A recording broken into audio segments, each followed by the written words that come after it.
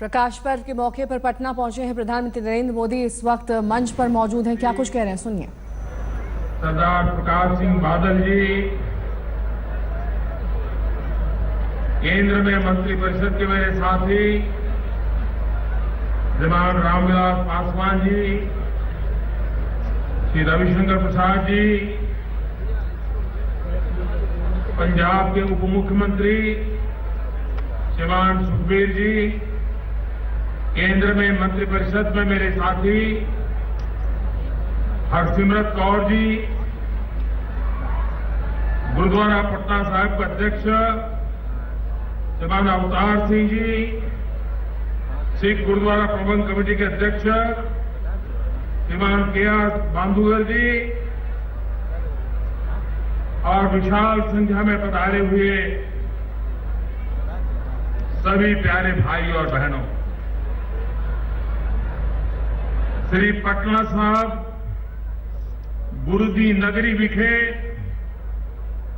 दशमेश पिता ਸਾਹਿਬ ਸ੍ਰੀ ਗੁਰੂ ਗੋਬਿੰਦ ਸਿੰਘ ਜੀ ਮਹਾਰਾਜ ਦੇ ਜਨਮ ਦਿਨ ਦੇ ਦਿਹਾੜੇ ਗੁਰੂ ਸਾਹਿਬਾਨ ਦੀ ਬਖਸ਼ਿਸ਼ ਲੈਣ ਆਈ ਸਾਧ ਸੰਗਤ ਤੁਹਾਨੂੰ ਮੈਂ ਜੀ ਆਇਆਂ ਆਖਦਾ ਹਾਂ। ਇਸ ਪਵਿੱਤਰ ਦਿਹਾੜੇ ਤੇ ਮੈਂ ਤੁਹਾਨੂੰ ਸਾਰਿਆਂ ਨੂੰ ਨਵੇਂ ਸਾਲ ਦੀ ਲੱਖ ਲੱਖ ਵਧਾਈਆਂ ਵੀ ਦਿੰਦਾ ਹਾਂ।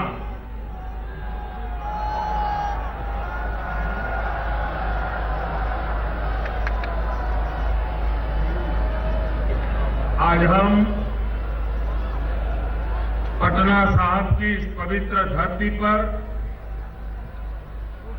इस प्रकाश पर्व को मनाने में भाग्यशाली हुए हैं, लेकिन आज पूरे विश्व में जहां जहां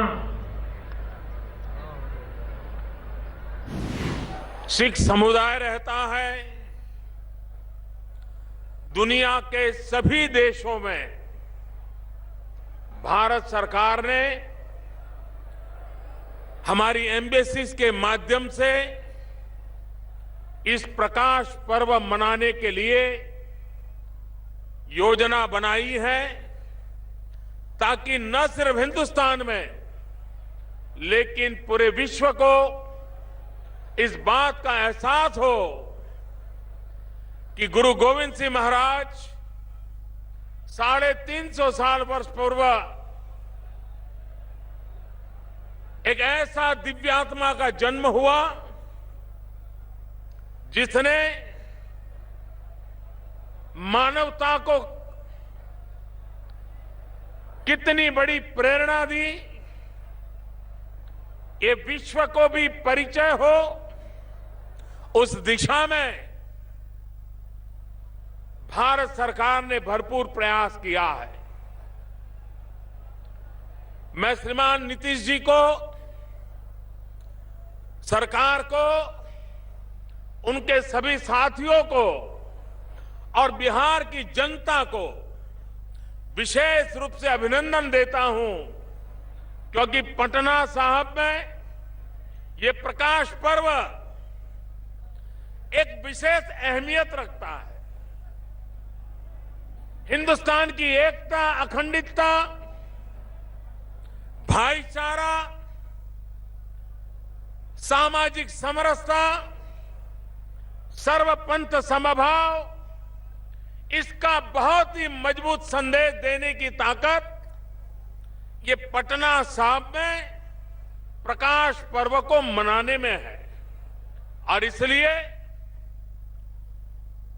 नीतीश जी ने जिस मेहनत के साथ, स्वयं मुझे बताया जाता था कि स्वयं गांधी मैदान आकर के हर चीज की बारीकी से चिंता करके इतने बड़े भव्य समारोह की योजना की है।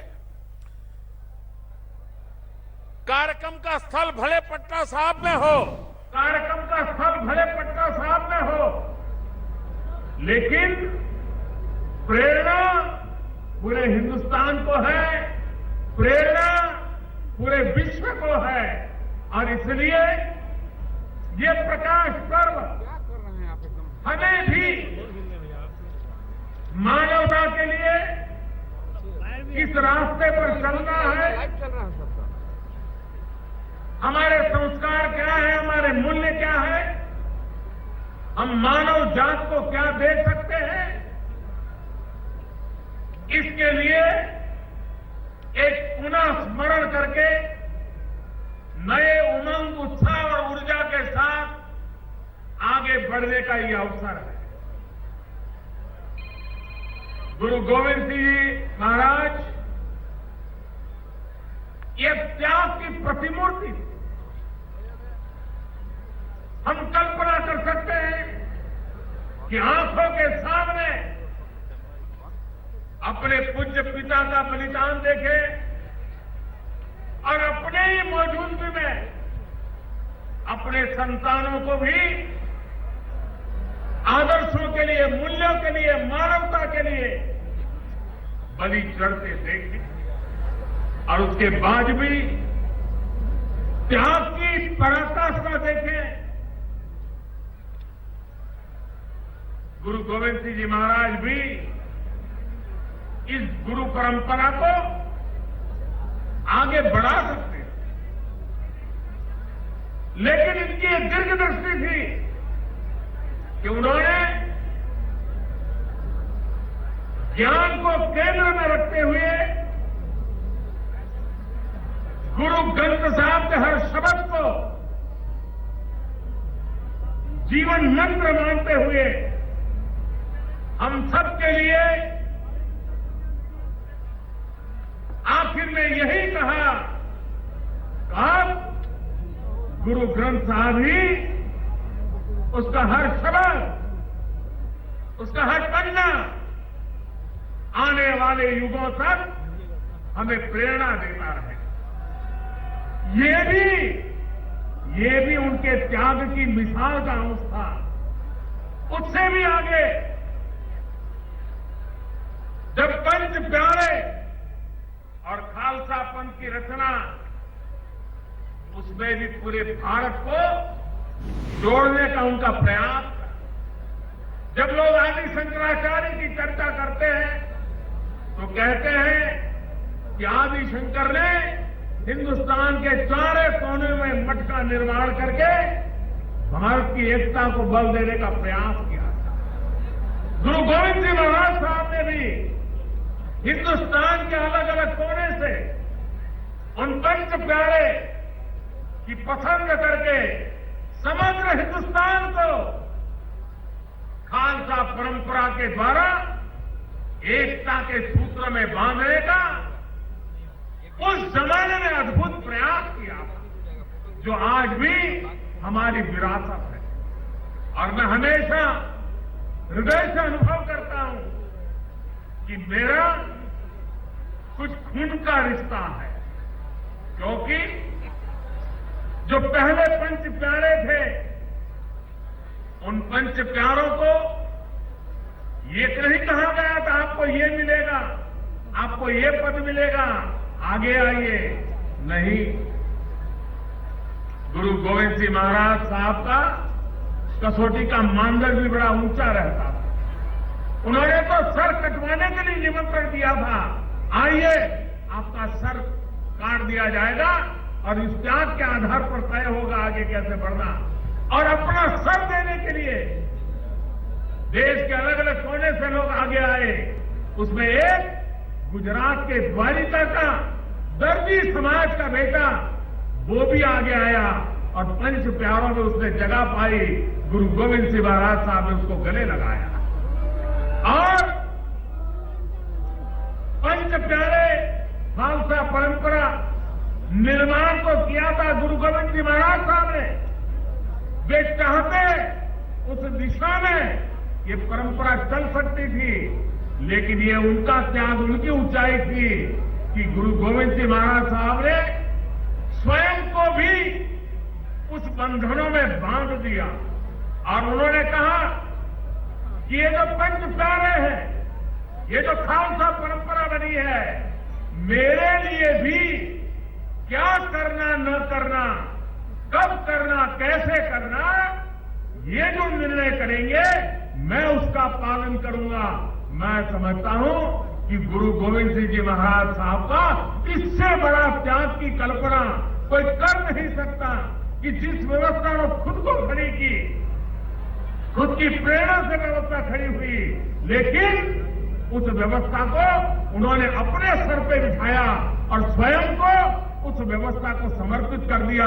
और उस महानता का परिणाम है आज 350 साल का प्रकाश पर्व मनाते हैं। तब दुनिया के किसी भी कोने में जाए, सिख परंपरा से जुड़ा हुआ कोई भी व्यक्ति होगा, वो वहां नतमस्तक होता है, अपने आप को समर्पित करता है। गुरु गोविंद सिंह महाराज साहब ने जो परंपरा रखी थी, उस परंपरा का पालन करता है। तो ऐसी एक महान प्रेरणा गुरु गोविंद सिंह महाराज साहब को जब याद करते हैं तो कुछ इतिहासकार शौर्य और वीरता के पहलू को ही प्रकट करते हैं, लेकिन उनकी वीरता के साथ उनकी जो धीरता थी, धैर्य था, वो अद्भुत था। वे संघर्ष करते थे, लेकिन त्याग की पराकाष्ठा अभूतपूर्व थी। वे समाज में बुराइयों के खिलाफ लड़ते थे। ऊंच नीच का भाव, जातिवाद का जहर, उसके खिलाफ भी लड़ाई लड़के समाज को एकता के सूत्र में बांधना, शांता, इसमें कोई ऊंच नीच का भेद न हो, उसके लिए जीवन पर्यंत अपनों के बीच भी वो आग्रहपूर्वक बातों को मनवाने में अपना जीवन खपाते रहे। समाज सुधारक हो, वीरता की प्रेरणा हो, त्याग और तपस्या की तपोभूमि में अपने आप को तपाने वाला व्यक्तित्व हो, सब गुण संपन्न ऐसा गुरु गोविंद सिंह जी महाराज साहब का जीवन आने वाली पीढ़ियों को प्रेरणा देता रहे। हम भी सर्वतंत्र समभाव के साथ समाज का हर वर्ग बराबर है, न कोई ऊंच है, न कोई नीच है, न कोई अपना है, न कोई पराया है। इन महान मंत्रों को लेकर के हम भी देश में सब दूर उन आदर्शों को प्रस्थापित करेंगे। देश की एकता मजबूत बनेगी, देश की ताकत बढ़ेगी, देश प्रगति की नई ऊंचाइयों को प्राप्त करेगा। हमें वीरता भी चाहिए, हमें धीरता भी चाहिए, हमें शौर्य भी चाहिए, हमें पराक्रम भी चाहिए, हमें त्याग और तपस्या भी चाहिए। ये संतुलित समाज व्यवस्था ये गुरु गोविंद सिंह जी महाराज साहब के हर शब्द में, जीवन के हर काम में हमें प्रेरणा देने वाली रही है। और इसलिए आज इस महान पवित्र आत्मा के चरणों में सर झुकाने का सौभाग्य मिला है। आज गुरु गोविंद जी महाराज साहब के उसी स्थान पर आकर के गुरु ग्रंथ साहब को भी नमन करने का सौभाग्य मिला है। मुझे विश्वास है कि हमें प्रेरणा देता रहेगा। यहां नीतीश जी ने एक बहुत महत्वपूर्ण बात को स्पर्श किया। महात्मा गांधी चंपारण सत्याग्रह की शताब्दी, लेकिन मैं नीतीश जी को हृदय से एक बात के लिए अभिनंदन करता हूं। समाज परिवर्तन का काम बड़ा कठिन होता है, बहुत मुश्किल काम होता है, उसको हाथ लगाने की हिम्मत करना भी बड़ा मुश्किल काम होता है। लेकिन उसके बावजूद भी नशा मुक्ति का जिस प्रकार से उन्होंने अभियान चलाया, आने वाली पीढ़ियों को बचाने के लिए उन्होंने जो बीड़ा उठाया है, मैं उनकी बहुत बहुत अभिनंदन करता हूं, बधाई देता हूं। और मैं भी पूरे बिहार वासियों से, सभी राजनीतिक दलों से, सभी सामाजिक जीवन में काम करने वालों से यही गुजारिश करूंगा कि ये काम सिर्फ सरकार का नहीं है, ये काम सिर्फ नीतीश कुमार का नहीं है, ये काम सिर्फ किसी राजनीतिक दल का नहीं है, ये जन जन का काम है। उसको सफल बनाएंगे तो बिहार देश की प्रेरणा बन जाएगा। और मुझे विश्वास है कि जो बिड़ा नीतीश जी ने उठाया है वो जरूर सफल होंगे और हमारी आने वाली पीढ़ी को बचाने के काम में गुरु गोविंद सिंह जी महाराज का ये प्रकाश पर्व भी उनको आशीर्वाद देगा, उनको एक नई ताकत देगा। और मुझे विश्वास है कि बिहार देश की एक बहुत बड़ी अनमोल शक्ति बनेगा। देश को आगे बढ़ाने में बिहार बहुत बड़ा योगदान करेगा, क्योंकि ये बिहार की धरती है जिसने गुरु गोविंद सिंह जी महाराज साहब से अब तक अनेक महापुरुष हमें दिए थे। राजेंद्र बाबू की याद करें, चंपारण सत्याग्रह की कल्पना की भूमि है ये। जयप्रकाश नारायण, कर्पूरी ठाकुर, अनगिनत नर रत्न इस धरती ने मां भारती की सेवा में दिए हैं। ऐसी भूमि पर गुरु गोविंद सिंह जी महाराज वो प्रेरणा हम सबके लिए एक नया आदर्श, नई प्रेरणा, नई शक्ति देती है। इसी एक अवसर को, प्रकाश पर्व को, ज्ञान के प्रकाश को जीवन भर अपने अंदर ले जाने के संकल्प के साथ हम इस प्रकाश पर्व को मनाएं। विश्व भर में जो भी भारत सरकार के अलग अलग मिशन के द्वारा, एम्बेसी के द्वारा ये प्रकाश पर्व मनाया जा रहा है, मैं विश्व भर में फैले हुए गुरु गोविंद सिंह महाराज साहब का स्मरण करने वाले सभी जनों को अंतःकरण पूर्वक बहुत बहुत शुभकामनाएं देता हूं, बहुत बहुत बधाई देता हूं। भारत सरकार ने इस प्रकाश पर्व को बहुत व्यापक रूप से हिंदुस्तान और हिंदुस्तान के बाहर मनाने की योजना बनाई है, कमेटी बनाई है। 100 करोड़ रुपया उस काम के लिए लगाया है। रेलवे ने अलग से करीब 40 करोड़ रुपया लगा करके सारी व्यवस्थाएं इस प्रकाश पर्व के निमित्त खड़ी की है। भारत सरकार के सांस्कृतिक विभाग ने भी करीब 40 करोड़ रुपया लगा करके अनेक विध योजनाओं को साकार करने की दिशा में काम किया है, ताकि ये हमेशा हमेशा आने वाली पीढ़ियों को प्रेरणा देने वाला काम बने। उस दिशा में हम काम कर रहे हैं और आगे भी इस काम को आगे बढ़ाते जाएंगे। मैं फिर एक बार इस अवसर पर, इस पवित्र अवसर पर सहभागी बनने का मुझे सौभाग्य मिला, अपने जीवन को धन्य मानता हूं। आप सबसे प्रणाम करते हुए जो बोले सो निहाल, सत श्री अकाल। पटना में प्रधानमंत्री नरेंद्र मोदी बोलते हुए उनका कहना था कि प्रकाश पर्व के मौके पर इतना भव्य आयोजन नीतीश कुमार ने किया, उसके लिए उनकी तारीफ करता हूं। साथ ही शराबबंदी पर नीतीश के फैसले पर भी तारीफ की प्रधानमंत्री नरेंद्र मोदी ने। उन्होंने कहा कि आगे भी इस तरह से नीतीश काम करते रहे, उनके लिए मेरी सभी शुभकामनाएं हैं। शराबबंदी पर भी नीतीश की तारीफ की प्रधानमंत्री नरेंद्र मोदी ने। कहा कि नीतीश अपने इस काम को आगे भी बढ़ाते रहें, उन्हें इस काम के लिए शक्ति मिलती रहे, क्योंकि इससे बिहार को फायदा मिला है। वहीं दूसरी तरफ नीतीश कुमार ने भी प्रधानमंत्री की तारीफ की। उन्होंने कहा कि गुजरात में शराबबंदी के लिए जो प्रधानमंत्री नरेंद्र मोदी ने कदम उठाए वो भी बेहद सराहनीय है। तो दोनों यहां पर एक ही मंच पर मौजूद थे और दोनों एक दूसरे की तारीफ करते हुए नजर आए। प्रधानमंत्री नरेंद्र मोदी ने कहा कि मुझे विश्वास है कि आगे भी नीतीश इसी तरह से बेहतर काम करते रहेंगे, बिहार में बिहार को आगे बढ़ाएंगे। मेरी शुभकामनाएं उनके साथ हैं। जो शराबबंदी को लेकर उनकी कोशिशें हैं वो सराहनीय है।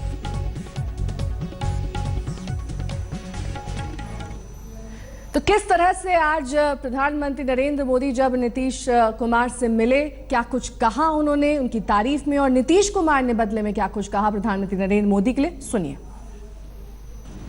गुजरात में तो गुजरात की स्थापना काल से ही शराबबंदी लागू है और हमारे आदरणीय प्रधानमंत्री जी प्रधानमंत्री पद के पदभार ग्रहण करने के पहले गुजरात के मुख्यमंत्री थे।